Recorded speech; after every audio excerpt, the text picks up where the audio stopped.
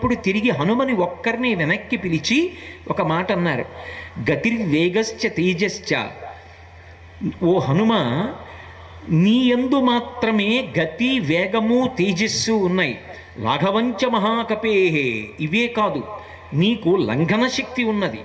ఇది ఎటువంటిదో తెలుసా? మారుతశ్చ మహౌజసః, నీ తండ్రి అయినటువంటి వాయుదేవుడున్నాడే, ఆయనకి ఎటువంటి శక్తి ఉన్నదో అటువంటి శక్తి ఒక్క నీయందు మాత్రమే ఉన్నది. వాయుదేవుని కుమారుడవు కనుక ఆయన యొక్క గతి అలా ఉంటుంది. గతి అంటే వేగం. వాయువు ఎంత వేగంగా వెళ్ళగలరో నువ్వు అంత వేగంగా వెళ్ళగలవు. గతిర్వేగశ్చ, వేగము అంటే తొట్టుపాటు లేకుండా వెళ్ళుతున్నటువంటి లక్ష్యానికి అనుగుణంగా నియంత్రించుకోగలిగినటువంటి శక్తి, అటువంటిది పొంది ఉన్నవాడివి. తేజశ్చ, అపారమైనటువంటి తేజస్సు నీలో ఉన్నటువంటి భక్తి నీ యొక్క అనుష్ఠాన శక్తిగా ప్రకాశిస్తూ ఉంటుంది. అటువంటి తేజస్సు బుద్ధిబలము ఉన్నవాడివి. లాఘవంచ మహాకపే, దూకడంలో నీతో సమానుడైనటువంటి వ్యక్తి ఇంకొకడు లేడు. అటువంటి లంఘన శక్తి, పర్వతములు సముద్రములు దూకి వెళ్ళిపోగలవు, అంతటి శక్తి కలిగినటువంటి వాడివి నీవు. మారుతశ్చ మహౌజసః, నీ తండ్రి అయినటువంటి వాయువు ఉన్నాడే, ఆయనకి ఎటువంటి శక్తి ఉన్నదో నీకు అటువంటి శక్తి ఉన్నది. కాబట్టి ఓ హనుమ, నిన్ను నమ్ముతున్నాను. నీ వలననే ఈ వానర సామ్రాజ్యం యొక్క ప్రతిష్ట అంతా కూడా నిలబడాలి. నీకే సీతమ్మ తల్లి దర్శనమవుతుందని, నీ వలననే నేను రాముడికి ఇచ్చినటువంటి మాట నిలబెట్టుకుంటానని నేను పూర్తిగా నమ్ముతున్నాను. అంతేకాదు, నీ యందు కొన్ని విశేషమైనటువంటి లక్షణాలున్నాయి. నీకు దేశకాలానువృత్తిశ్చ నయశ్చ నయ పండిత, నీకు బలం ఒక్కటి ఉండడం గొప్ప విషయం కాదు, తేజస్సు ఉండడం గొప్ప విషయం కాదు, దేశకాలములు తెలిసి ఉండడం గొప్ప. ఎక్కడ బలాన్ని ఎంతవరకు ఉపయోగించాలి, ఎక్కడ ఎంతవరకు మాట్లాడాలి, ఎక్కడ మాట్లాడకుండా ఉండాలి, ఎక్కడ ఒకవేళ అవమానం ఎదురైనా ఆ అవమానాన్ని భరించి కూడా ప్రభుకార్యాన్ని చక్కబెట్టాలి, ఎక్కడ ఎక్కువ మాట్లాడకూడదు, ఎక్కువ అనవసరపు ఆలోచనలు తెచ్చుకోకూడదు. ఇవి నువ్వొక్కడివే చెయ్యగలవు, ఇతరులకు సాధ్యము కాదు. దేశకాలానువృత్తిశ్చ నయశ్చ నయపండిత, అటువంటి వాడివి నువ్వొక్కడివే. కాబట్టి నిన్ను నమ్ముతున్నాను. హనుమ, నువ్వు సీతామాత యొక్క దర్శనాన్ని పొందాలన్నారు. రామచంద్రమూర్తికి నిజానికి హనుమ అంతటి గొప్పవారు అన్న నిర్ణయం ఎందుకు కలిగింది అంటే, ఆయనకి ప్రభు అయినటువంటి సుగ్రీవుడు హనుమని నమ్మారు. నమ్మి నీయందు ఈ గుణములు ఉన్నాయి కాబట్టి నువ్వు మాత్రమే సీతమ్మ దర్శనం చేస్తావంటున్నాడు. తన దగ్గర పనిచేసేటటువంటి వాళ్ళు ఇన్ని కోట్ల మంది ఉన్నా, ఇన్ని కోట్ల మంది, అది సుగ్రీవుడి యొక్క వ్యక్తిత్వానికి, సుగ్రీవుడి స్నేహధర్మానికి, ఆయన ఇచ్చిన మాట నిలబెట్టుకోవడానికి, ఆయన జీవితంలో అగ్ని పరీక్ష లాంటి సందర్భం, ఇన్ని కోట్ల మంది ఉన్నా ఆయన మాత్రం నమ్ముతున్నది ఎవరిని అంటే హనుమ ఒక్కరినే నమ్ముతున్నారు. హనుమనొక్కరిని పిలిచి సుగ్రీవుడు మాట్లాడుతున్నాడు. నిజంగా అటువంటి సమయంలో ఏ వ్యక్తికైనా సరే అతిశయం కలుగుతుంది. చూశావా, ఇన్ని కోట్ల మందిని పంపిస్తున్నాడు, కానీ ప్రభువు నమ్మింది మాత్రం నన్నే. నా గుణకీర్తనం చేశాడు, నాకు ఈ గుణములు ఉన్నాయన్నాడు, నాతో సమానుడు లేడన్నాడు. కాబట్టి వీళ్ళ మాట నేను వినేదేమిటి? ఏదో బాగుండదని యువరాజైన అంగదుణ్ణి నాయకుడిని చేశాడు, నేను వీళ్ళని లెక్క పెట్టక్కర్లేదు, నా త్రోవన నేను వెళ్ళవచ్చు, వీళ్ళు నాతో సమానంగా దూకగలరా, నాతో సమానంగా రాగలరా అని వెంటనే తిరస్కరించి తన మార్గంలో తాను వెళ్ళవచ్చు. కానీ మీరు కిష్కింధకాండ పరిశీలించండి, ఎంత మర్యాదగా మాట్లాడాలో, ఎంత మర్యాదగా ప్రవర్తించాలో అంత మర్యాదగా ప్రవర్తిస్తారు తప్ప ఎక్కడా కూడా ఎవ్వరిని అతిక్రమించరు. సుగ్రీవుడు తనని తన ప్రభువు ఇంత పొగిడిన, రెండు చేతులు జోడించి ప్రభువుకి నమస్కరించి తన కార్యాన్ని సాధించగలిగినటువంటి శక్తి కలగాలని పరమేశ్వరుణ్ణి ధ్యానం చేసి వెళ్ళగలిగినటువంటి వినయం స్వామి హనుమకొక్కరికే సొత్తు. జీవితంలో అనేక సందర్భాల్లో మనం పొగడబడవచ్చు, కానీ ఆ పొగడ్త ఎలా ఉండాలి అంటే, మనం వృద్ధిలోకి రావడానికి, మనం కార్యసాధన యందు ఊంచుకోవడానికి కావలసినటువంటి ఒక ధైర్యాన్ని పుంజుకోవడం వరకు మాత్రమే దాన్ని స్వీకరించాలి. పెద్దలు భుజం తట్టి, ఏం పర్వాలేదురా నాయన, నీ రంగంలో నువ్వు ముందుకెళ్ళు, పరమేశ్వరుడు ఉన్నాడు, మేమున్నాం అన్నారనుకోండి, మీరు దాన్ని అక్కడ వరకే స్వీకరించాలి. వారు నా వెనక ఉన్నారు, నాకేం బెంగ, నేను చేసినది తప్పు కాదు, నేను చేసినది మంచి, కాబట్టి నేను ఇలాగే ముందుకు వెడతానన్నంత వరకే పనికి రావాలి తప్ప నా అంత మొనగాడెవరున్నాడు అంటున్నారని చెప్పి అపార్థం చేసుకుంటే ఆ అహంకారం చాలా ఉత్తరక్షణంలో పడిపోయేటట్టు చేస్తుంది. హనుమ జీవితాన్ని పరిశీలిస్తే, హనుమ విజయాలు పరిశీలిస్తే ఆయన యొక్క వినయం ఏమిటో, తనని ప్రభువే పొగిడినా కూడా ఎంత మర్యాదగా ఉంటారో ఆలోచించవచ్చు. సుగ్రీవుడే నమ్మాడు, వెంటనే రామచంద్రమూర్తి నమ్మారు. హనుమని దగ్గరికి పిలిచారు. పిలిచి ఆయన చేతిలో ఉన్నటువంటి ఉంగరాన్ని తీసి హనుమ చేతిలో పెట్టారు. ఇచ్చి అంగుళీయమభిజ్ఞానం, ఆ అంగుళీయం ఉంగరం అభిజ్ఞానంగా నీకు సీతమ్మ తల్లి దర్శనమైనప్పుడు సీతమ్మ తల్లి నిన్ను నమ్మడానికి ఇది చాలా ఉపయోగపడుతుంది, అందుకని నీకు ఈ ఉంగరాన్ని ఇస్తున్నాను. కాబట్టి అంగుళీయమభిజ్ఞానం రాజపుత్రాహ పరంతప, పరంతపుడైనటువంటి రామచంద్రమూర్తి ఉంగరాన్ని హనుమ ఒక్కరి చేతిలోనే పెట్టారు. మీరు ఒక్కటి ఆలోచించండి, నన్ను సుగ్రీవుడు నమ్మాడు, నన్ను రాముడు నమ్మాడు, రాముడి ఉంగరం ఇన్ని కోట్ల మంది వానరులలో నా ఒక్కడి దగ్గరే ఉంది అంటే సీతమ్మ దర్శనం నాకొక్కడికే అవుతుంది అన్న అహంకారం హనుమ కించిత్ పొంది ఉంటే ఆ ఉంగరాన్ని చిటికిన వేలికి పెట్టుకోవచ్చు, ఆ ఉంగరాన్ని ఉత్తరీయానికి తీసి ముడేసుకోవచ్చు. కానీ మీరు కిష్కింధకాండ పరిశీలించండి, ఇది నా ప్రభువు, నా స్వామి, నా తండ్రి, నా దైవం, నా గురువు అయినటువంటి రామచంద్రమూర్తి యొక్క చేతి ఆభరణం, ఇది జగద్రక్షకత్వం చేస్తుంది, అటువంటి చేతి ఉంగరం అని దాన్ని తీసి ఆయన జుట్టు కొప్పులో ఇమర్చుకొని వెళ్ళారు. నేను తీసుకొచ్చి అన్నమాట ఎందుకు, మళ్ళీ అదో అతిశయం. మీరు నాకు తీసుకొచ్చి భగవద్గీత ఇచ్చారనుకోండి, నేను మంచినీళ్లు తాగిన ఎంగిలి గ్లాసు పక్కన అది పెట్టాననుకోండి, నేను అసలు భగవద్గీత పుస్తకం పుచ్చుకోవడానికి అయోగ్యుణ్ణి. ఎంగిలి మంచినీళ్ల గ్లాసు భగవద్గీత ఒకే చోట పెట్టిన వాడికి భగవద్గీత పుచ్చుకునేటటువంటి అధికారం ఎక్కడుంది? పవిత్రమైన వస్తువుని ముట్టుకునేటప్పుడు, పవిత్రమైన వస్తువుని ఉంచేటప్పుడు ఎంత పవిత్రమైన స్థానంలో ఉంచాలో అంత పవిత్రమైన స్థానంలో ఉంచినప్పుడే ఆ అవతల వ్యక్తిలో ఉన్నటువంటి వినయము ప్రకటనమవుతుంది. హనుమ రామచంద్రమూర్తి ఉంగరాన్ని ఎక్కడా ఉంచకుండా తన యొక్క జుట్టు ముడిలో ఉంచుకొని తలలో ధరించి వెళ్ళారు అంటే ఆయన ఎంత వినయశీలు, ఆయన ఎందు కించిత్ కూడా. ఎందుకంటే ఒకవేళ హనుమలో అతిశయం ఉన్నా వాల్మీకి మహర్షి వ్రాయలేదేమోనండి అంటారేమో. వాల్మీకి మహర్షి ఎక్కడ చిన్న విషయాన్ని కూడా దాచలేదు. మీకు నేను ఒక ఉదాహరణ చూపిస్తా. తాసాం ఏకాంత విన్యస్తే చైనాం చైనే శుభే దదర్శ రూపసంపన్నాం అపరాసకపి ప్రియం.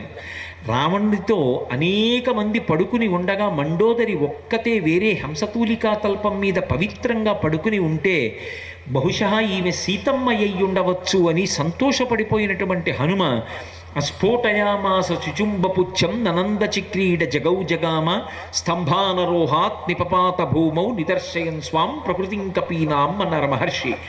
మండోదరి సీతమ్మ అనుకుని భుజములను ఇలా కొట్టుకుని పాట పాడి సంతోషపడిపోయి స్తంభాలెక్కి కిందకి దూకి గంతులేసి నృత్యం చేస్తే మహర్షి ఏమీ మెచ్చుకోలేదు. కోతి బుద్ధి బయటపెట్టుకున్నాడు అన్నారు. మహర్షి మండోదరి పడుకుంటే సీతమ్మని ఎలా అనుకుంటారు? హనుమ నిలదీశారు. రావణాసురుడు అక్కడ హంసతూలికా తల్పం మీద పడుకుని ఉండగా రామచంద్రమూర్తి పక్కన లేని మహాపతివ్రత అయిన సీతమ్మ హంసతూలికా తల్పం మీద అలా పడుకుంటుందా? ఒక్కటి దూరంగా పడుకున్నంత మాత్రం చేత సీతమ్మ అనుకుని సంతోషపడిపోయిన హనుమ యొక్క బుద్ధి చిన్నదైపోతే అది కోతి బుద్ధి బయట పెట్టుకోవడం అని చెప్పి నిర్మోహమాటంగా మహర్షి మాట్లాడారు తప్ప ఎవ్వరినీ ఎక్కడా వెనకేసుకొచ్చేటటువంటి ప్రక్రియ వాల్మీకి మహర్షి ఎందు కానరాదు. కాబట్టి నిజంగా హనుమయే గర్వాన్ని పొంది ఉంటే నిర్మోహమాటంగా వాల్మీకి మహర్షి చెప్పేస్తారు. తన ప్రభువు పొగిడిన రామచంద్రమూర్తే పిలిచి ఉంగరం ఇచ్చిన ఆయన ఎందు అతిశయం కనపడదు. మనిషి చాలా తొందరగా పాడైపోయేది జారుడు మెట్ల లాంటిది ఏది అంటే నిష్కారణమైన పొగట్ట. పెద్దలైనటువంటి వారు దాన్ని ఔషధం ఇచ్చినట్టుగా ఎంత మోతాదులో ఇవ్వాలో అంత మోతాదులోనే ఇచ్చి అతను కార్యరంగమునందు ఊంచుకోవడానికి అటువంటి స్థితిని కల్పించడానికి వాడతారు తప్ప ఎక్కడ పడితే అక్కడ అదే పనిగా పొగట్టల్ని వినడం అలవాటు చేసుకున్నాడు అనుకోండి, క్రమంగా జారుడు మెట్ల మించి జారి కింద పడిపోయిన వాడు ఎలా పడిపోతాడో అలా పడిపోతాడు. అందుకే స్వామి హనుమ ఎన్నడూ అసలు పొగట్టని ఆశించరు, లోపల అతిశయాన్ని పొందరు. తన ప్రభువు నమ్మిన, రాముడు నమ్మిన ఈ నమ్మకాన్ని నిలబెట్టుకోగలిగిన శక్తి నాకు కలగాలనుకుంటారు తప్ప ఆయన ఇదంతా నాదే అని అనుకోరు. ఈ ఘట్టం దాటగానే ఇంతకన్నా పెద్ద ఘట్టం వచ్చింది. ఎక్కడో ఆ స్వయం ప్రభా బిలంలో ఉండిపోయారు దక్షిణ దిక్కుకు వెళ్ళిన వాళ్ళు. వేళ దాటిపోయింది, బయటిగా వచ్చారు. 100 యోజనముల సముద్రం ఎదురుగుండా కనపడుతోంది. వానరులు అందరూ ఉత్తర తీరంలో కూర్చున్నారు. వెళ్ళే మార్గం కనపట్టలేదు. 100 యోజనముల సముద్రాన్ని ఎవరు దాటుతారని అడిగితే ఎవరి మానాన వారే కొంత దూరం వెళ్ళగలనన్నవారే కానీ పూర్తిగా దాటుతానన్న వాళ్ళు లేరు. ఒకవేళ అంగదుడి లాంటి వాడు దాటినా నేను మళ్ళీ తిరిగి వస్తానని ధైర్యంగా చెప్పలేదు. అటువంటప్పుడు ఎవరు 100 యోజనముల దూరాన్ని దాటగలరని బాధపడి కూర్చుంటే ఇన్ని వానరములలో ఒక్క వానరము కూడా దాటలేకపోతున్నానంటుంటే స్వామి హనుమ ఒక్కరే ఏమీ మాట్లాడకుండా మౌనంగా ఆ సముద్రపు ఒడ్డున ఇసుకలో కూర్చుని ఉన్నారు. అక్కడికి వెళ్ళినవాడు జాంబవంతుడు. జాంబవంతుడు అంటే సామాన్యుడు కాడు, వానరులలో మహావృద్ధుడు. బ్రహ్మగారు ఆవలిస్తే బ్రహ్మాంశ సంభూతుడై వచ్చినవాడు. అందుకే వానరులలో ఒక పెద్దరికం ఉన్నవాడు. అటువంటి జాంబవంతుడు హనుమ దగ్గరికి వెళ్ళి ఒక మాట అన్నారు. నాయనా హనుమ, నువ్వు కూడా ఇలా కూర్చుంటే ఏమనుకోవాలి? దేవలోకంలో ఉండేటటువంటి అప్సర స్త్రీలలో శ్రేష్ఠురాలైనటువంటి పుంజికస్థల ఒక శాపం కారణంగా ఈ భూలోకంలో వానర స్త్రీగా పుట్టింది. అంజనాదేవి అన్న పేరుతో పుట్టి నీ తండ్రి అయినటువంటి కేసరికి భార్య అయింది. ఆమె ఎందు వాయుదేవుడికి ఔరసపుత్రుడివై నువ్వు జన్మించావు. నీకు అపారమైనటువంటి బలపరాక్రమాలు ఉన్నాయి. ఎంతటి బలపరాక్రమములు కలిగిన వాడివి అంటే నువ్వు తలుచుకుంటే ఈ లోకంలో అపారమైనటువంటి వేగము కలిగినటువంటి వారు ఇద్దరే ఉన్నారు. ఒకడు వాయుదేవుడు, రెండవ వాడు గరుత్మంతుడు. వాయుదేవుడు గరుత్మంతుడు ఎంత వేగము కలిగిన వారో అంతకన్నా వేగంగా వెళ్ళగలిగినటువంటి శక్తి కలిగినటువంటి వాడవై కూడా నువ్వు ఏమీ చేతకాని వాడిలా ఇలా కూర్చుంటే వానరజాతి పరువు ప్రతిష్టలు ఏమైపోతాయి? సీతమ్మ జాడ కనిపెట్టగలిగినటువంటి వాడివెవరు?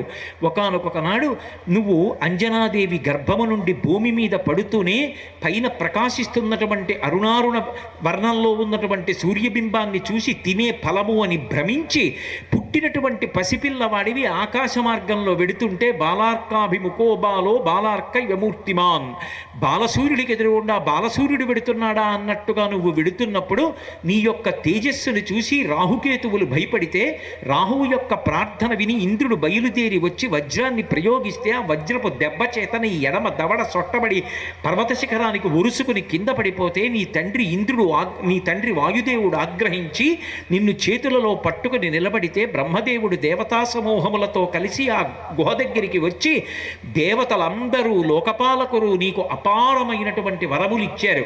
బాల్యంలో నీకు అంత బలం ఉంటే మునుల యొక్క కార్యాల్ని పాడు చేస్తున్నావని మునుల యొక్క శాపకార చేత నీ యొక్క బలము నీకు తెలిసి రాలేదు. కానీ నీతో సమానమైనటువంటి బలము కలిగిన వాడు లోకంలో లేడు. ఒకానొకప్పుడు నేను కూడా అపారమైనటువంటి బలము కలిగిన వాడనే.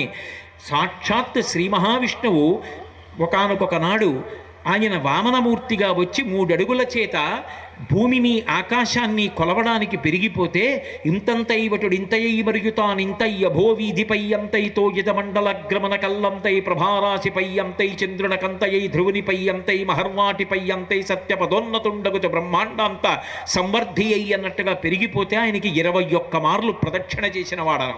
క్షీరసాగర మథనం జరిగినప్పుడు యావత్ భూమండలంలో ఉన్నటువంటి ఓషధులను తీసుకొచ్చి పాలసముద్రములో వేసిన వాడను.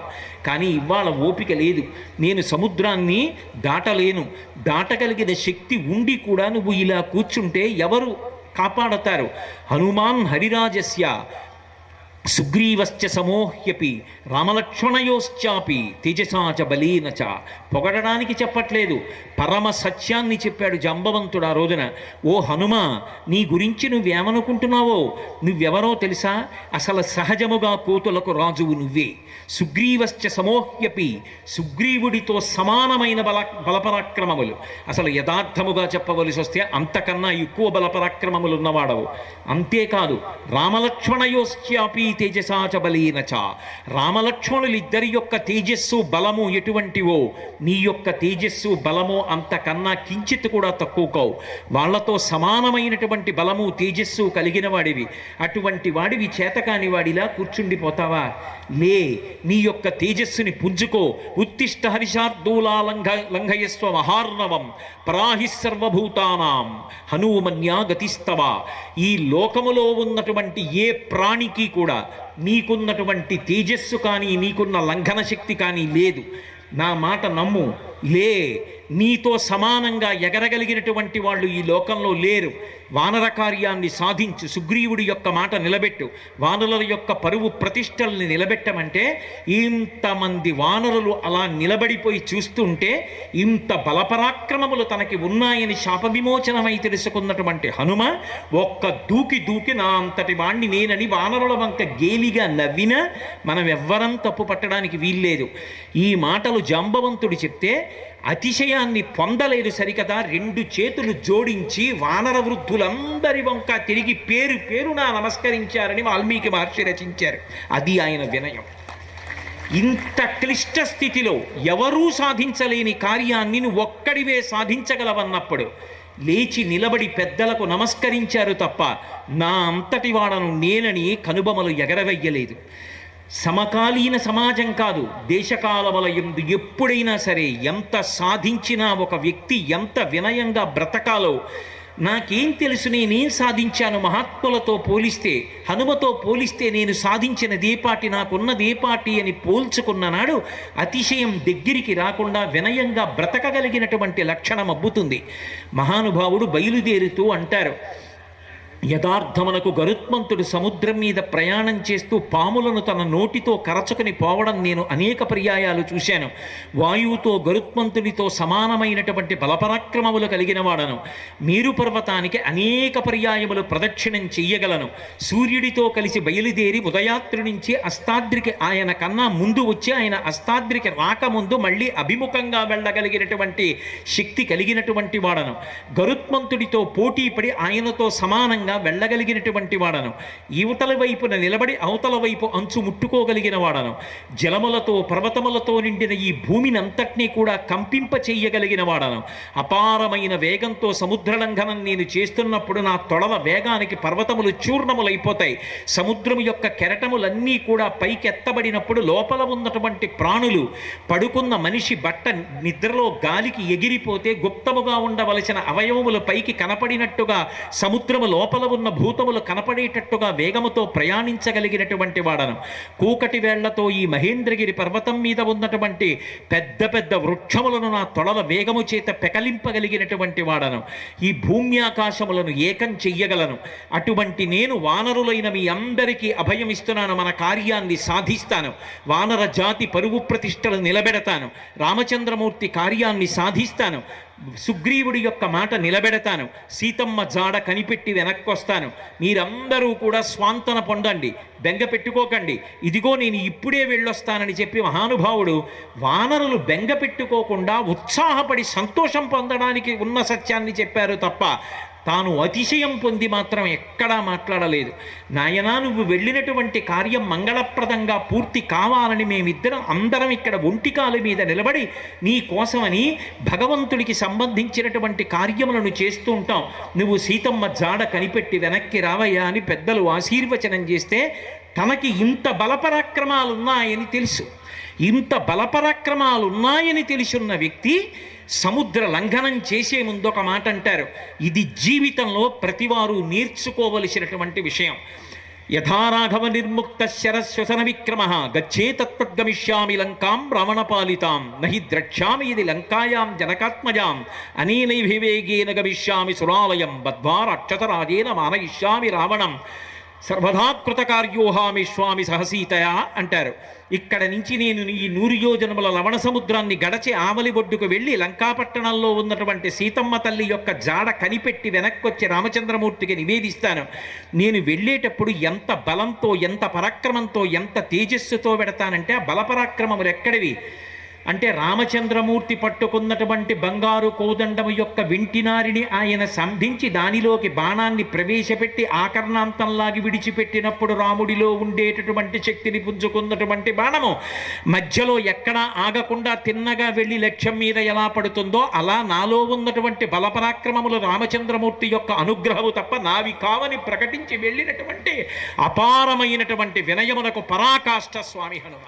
తప్ప జాంబవంతుడే చెప్పినా తనకి శాప విమోచనమేనా ఇదంతా నా బలం అని చెప్పిన వారు కాదు. ఎందరో మహాత్ములు ఈ దేశంలో. పోతన గారు 12 స్కంధాల భాగవతాన్ని ఆంధ్రీకరించి పలికెడిది భాగవతమట పలికించు విభుండు రామభద్రుండట నే పలికిన భవహరమగునట పలికెద వీరుండుగాధ పలుకగనేలా అన్నారు. నా పాపరాశి ధ్వంసం అవడానికి నా చేత 12 స్కందములు ఆంధ్రీకరింపచేశాడన్నారు తప్ప నా అంత మొనగాన్ని నేను భాగవతాన్ని ఆంధ్రీకరించానని పోతన గారు చెప్పుకోలేదు. అద్వైత సిద్ధాంతాన్ని, వేద ప్రమాణాన్ని నిలబెట్టి మహానుభావుడు భారతదేశంలో సనాతన ధర్మం బ్రతికి బట్ట కట్టేటట్టు చేసినటువంటి శంకర భగవత్పాదులు పశుమాం సర్వజ్ఞ ప్రతిత కృపయా పలయ విభో. ఓ శివ, నేను పశువుని, నువ్వు పశుపతివి, చాలదా మన ఇద్దరికీ సంబంధం అన్నారు తప్ప నేనింత గొప్పవాణ్ణి, సాక్షాత్తు శివావతారాన్నని శంకర భగవత్పాదులు ఎక్కడా చెప్పలేదు.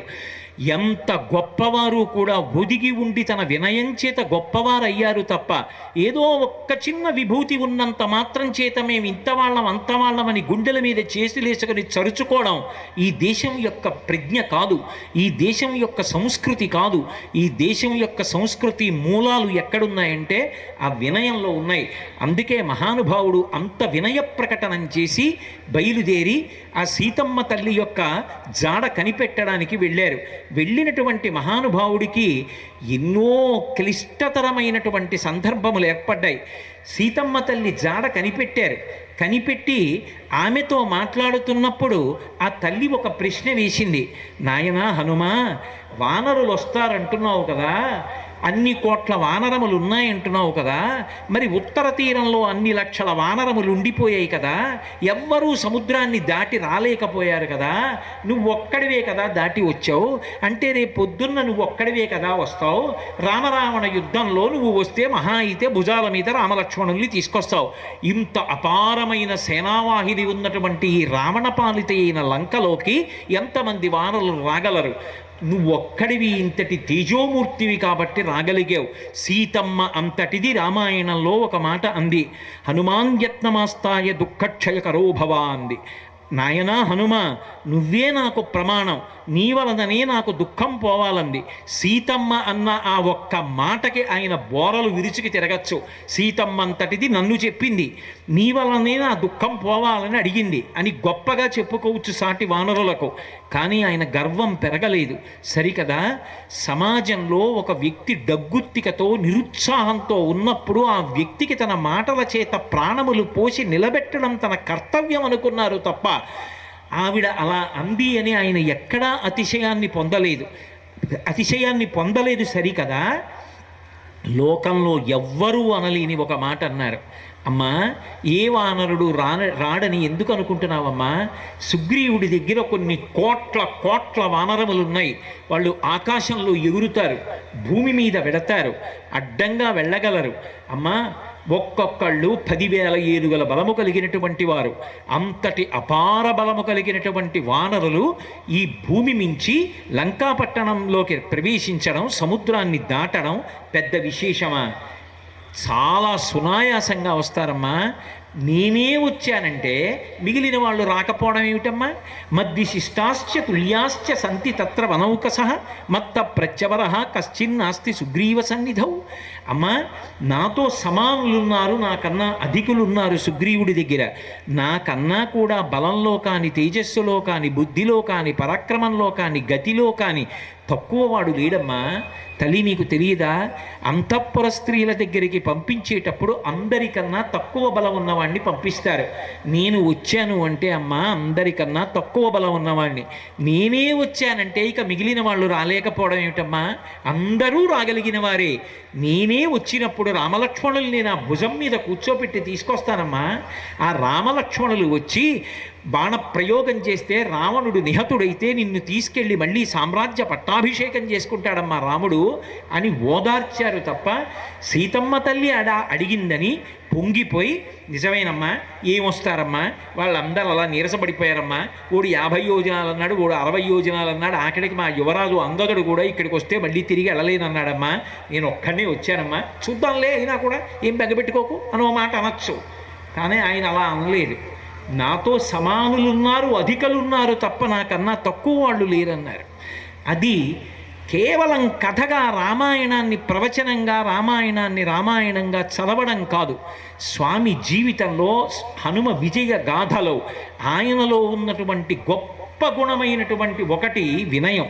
దాన్ని పరిశీలనం చేసినప్పుడు అందులో కోటో వంతు వినయం మనకు అబ్బినా మన జీవితాలు ప్రశాంతంగా ఉంటాయి, మిగిలిన వాళ్ళ జీవితాలు ప్రశాంతంగా ఉంటాయి. ఆ తల్లి ఎన్ని పరీక్షలు పెట్టింది సుందరకాండలో. ఏది నీ ఉపాసన బలం ఏమిటి చెప్పు, రాముడు ఎలా ఉంటాడు నాకు చెప్పు, లక్ష్మణస్వామి ఎలా ఉంటాడు నాకు చెప్పు, యాని రామస్య లింగాని లక్ష్మణస్య వానర, ఏది రాముడి గుర్తులు ఎలా ఉంటాయి చెప్పు, లక్ష్మణుడి గుర్తులు ఎలా ఉంటాయి నాకు చెప్పు అని అన్ని ప్రశ్నలు వేసింది.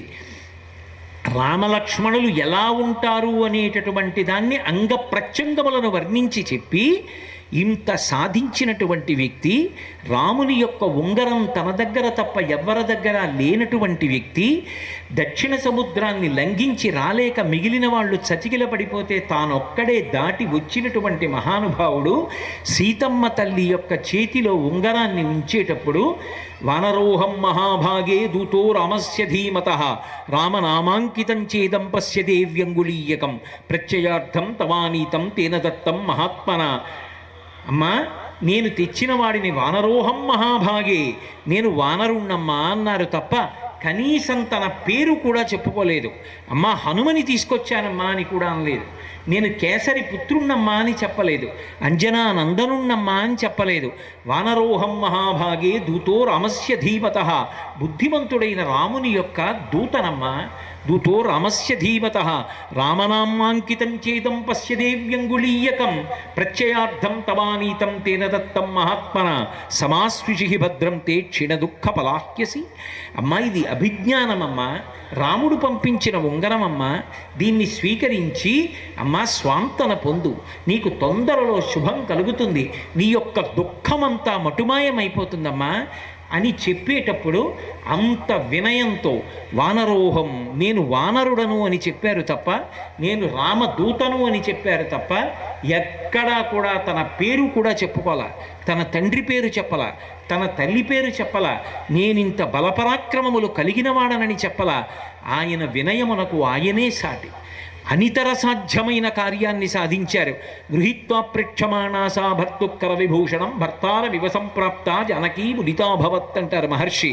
చాలా కాలం తర్వాత అనుకోకుండా అకస్మాత్తుగా రామచంద్రమూర్తి వస్తే రామదర్శనాన్ని పొందినటువంటి సీతమ్మ తల్లి ఎలా సిగ్గుపడి బుగ్గలు ఎర్రపడతాయో అలా ఉంగరాన్ని చూసినప్పుడు ఆ తల్లి లజ్జ పొందితే దుఃఖం పోయి సంతోషించినటువంటి సీతమ్మ తల్లి యొక్క దర్శనం పొందినటువంటి వాడు మహాపురుషుడైనటువంటి హనుమ ఒక్కరే. అటువంటి వ్యక్తి అయ్యుండి తనని పొగడవలసిన అవసరం లేకుండా ఎప్పుడు ఎత్ర ఎత్ర రఘునాథ కీర్తనం తత్ర తత్ర కృతమస్తకాంజలి, రామనామం చెప్పేటప్పటికి తల ఉంచుకుని కూర్చుని మురిసిపోయి కన్నుల వెంట ఆనంద ధారలు విడిచిపెట్టేటటువంటి వినయశీలి మహానుభావుడు స్వామి హనుమ. ఎందుకు ఋషి రుణం తీరాలి, ఎందుకు చదవండి రామాయణం, ఎందుకు చదవండి భారతం, ఎందుకు చదవండి భాగవతం అంటే మహాత్ములలో ఉన్న గుణాల్ని పరిశీలించినప్పుడు అందులో ఒక్క గుణాన్నైనా మనం కొంత పరిశీలనం చేసి మనం నేర్చుకోగలిగితే, మన బిడ్డలకి మనం చెప్పగలిగితే, బిడ్డడు వదరితే అహంకారంతో మాట్లాడితే ఒరే హనుమ కన్నా గొప్ప పని చేశావురా, ఆయన ఏం చేశాడో తెలుసా రామాయణంలో అని ఒక్కొక్క దృష్టాంతం చెప్పి అప్పుడు ఆయన ప్రవర్తించిన విధానం ఏమిటో తెలుసా? ఆయన కన్నా గొప్పవాడివిరా, ఆయనని నమ్ముకున్న బ్రతికిన జాతిరా మనది, బ్రతుకుతున్న జాతిరా మనది. అహంకరించకు, వినయంతో ప్రవర్తించడం నేర్చుకో అని బిడ్డలకి చెప్పిన నాడు, మనం అలా ప్రవర్తించిన నాడు మనం పిల్లలకి ఆదర్శంగా నిలబడతాం.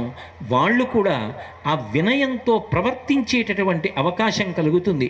అందుకే సనాతన ధర్మంలో గురు శిష్యులకు 2 విచిత్రమైన పేర్లు ఉన్నాయి. గురువుకి వినీతుడు అని పేరు, శిష్యుడికి వినేయుడు అని పేరు. అసలు మొట్టమొదట తన గురువు చెప్పినటువంటి మాటల వలన తనకేమీ తెలియదని వినయంతో ప్రకాశించేటటువంటి వాడు గురువు. గురువుగారిని